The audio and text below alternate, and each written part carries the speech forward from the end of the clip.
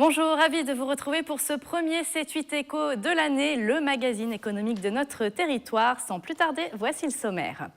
Nous reviendrons sur les événements qui ont marqué 50 ans en Yvelines de janvier à avril 2017 avec un focus notamment sur l'arrivée du ski cube à Guyancourt. Son directeur Jean-Luc Méraud sera avec nous en plateau.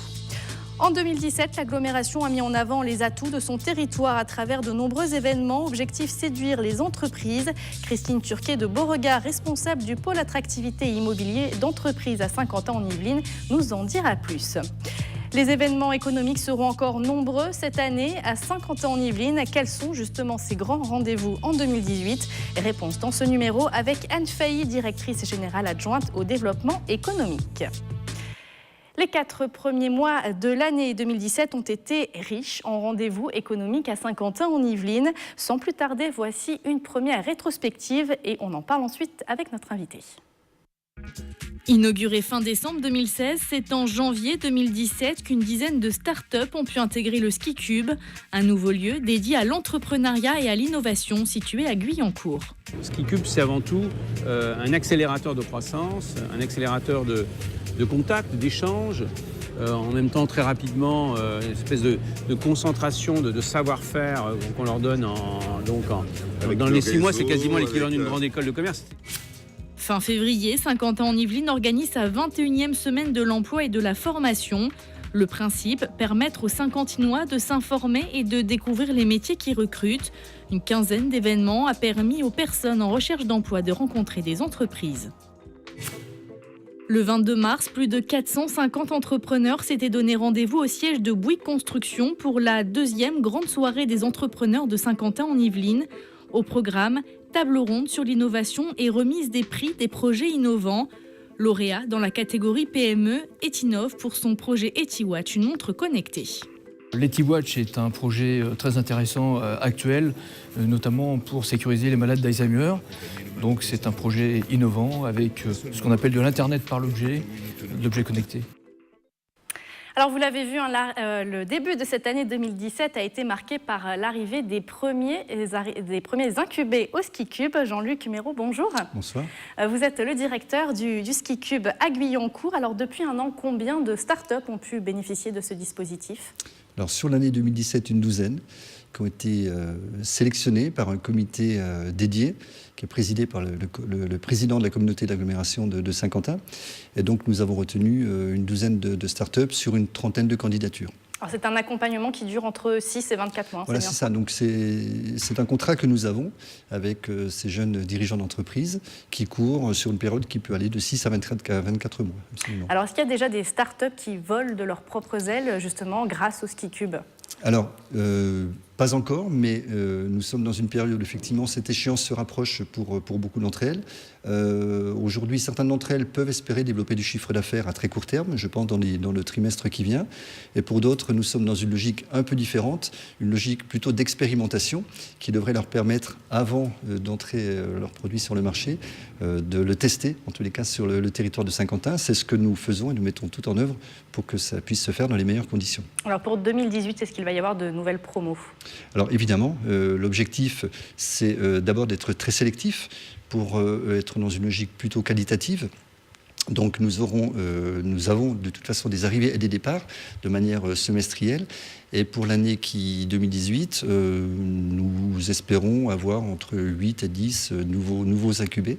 Mais tout ça fera l'objet d'une sélection. Ce que je peux vous dire dès à présent, c'est que d'ici dans le courant de la semaine prochaine, nous accueillerons 3 nouvelles start-up qui vont venir compléter l'ensemble des entreprises que nous accompagnons. Alors, est-ce que vous allez proposer de nouveaux services peut-être justement pour ces start-up pour cette année ? Alors évidemment, nous continuons à développer des outils nouveaux, tout ça en tirant aussi l'expérience de cette première année d'activité et en s'appuyant sur les souhaits des entreprises que nous accompagnons.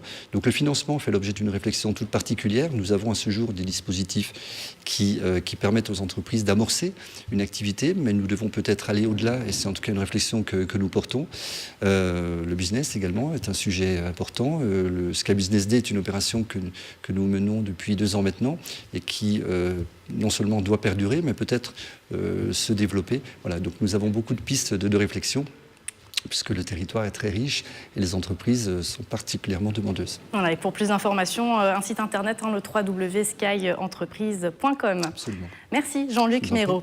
Alors je vous propose maintenant de continuer à remonter le temps et de revenir sur les faits marquants de mai à septembre 2017.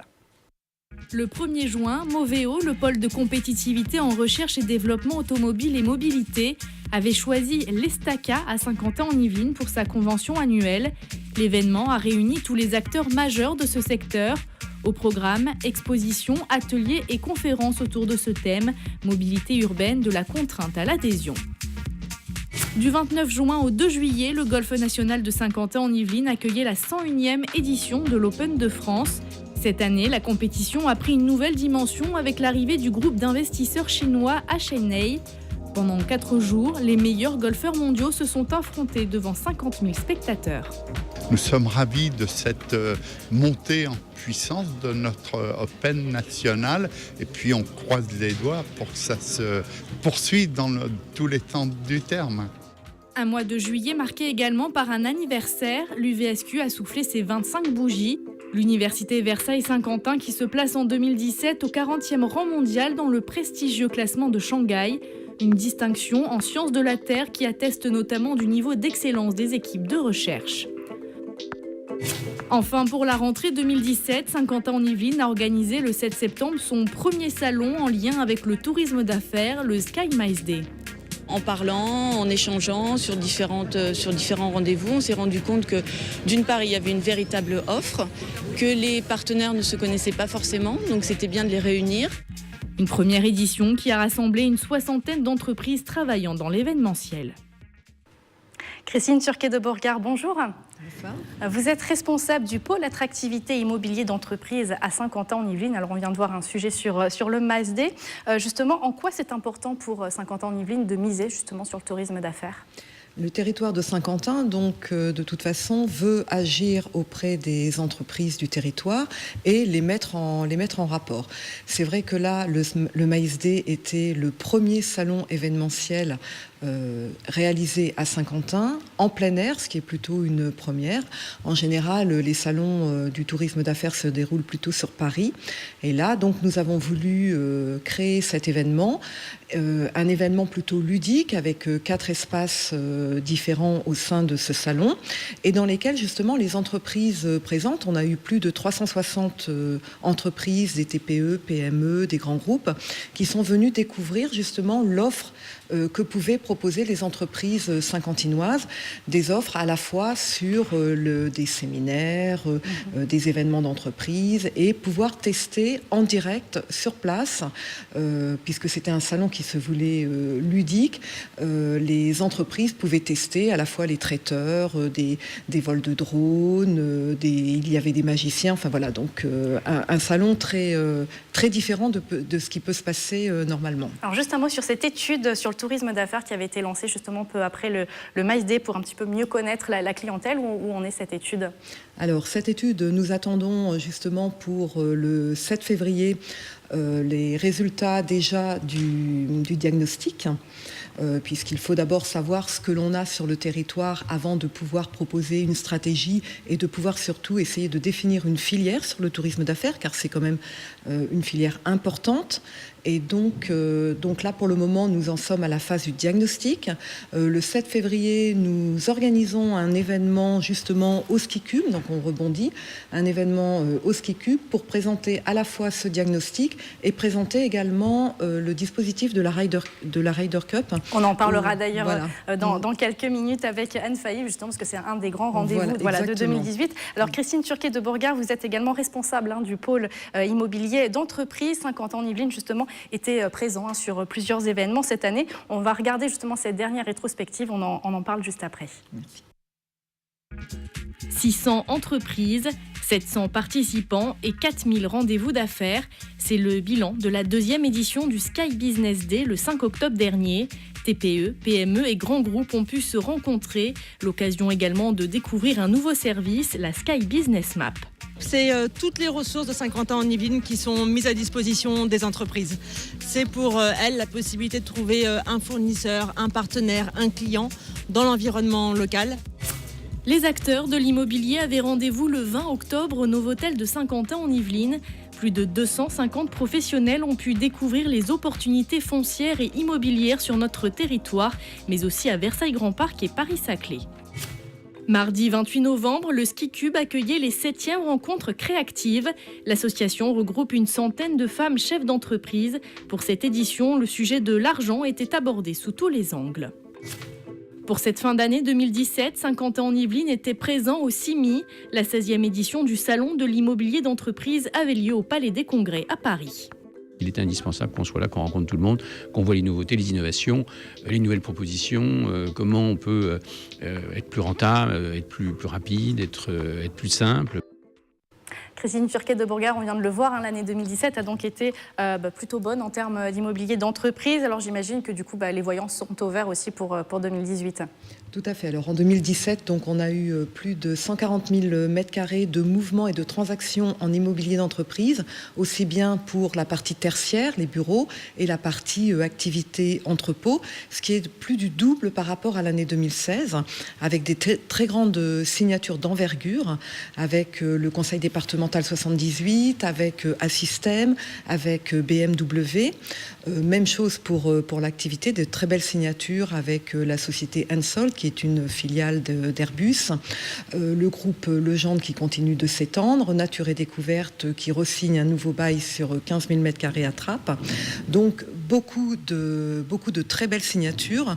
Un segment qui fonctionne également très bien, c'est le segment inférieur à 1000 m², où on a eu plus de 60 transactions dans le tertiaire.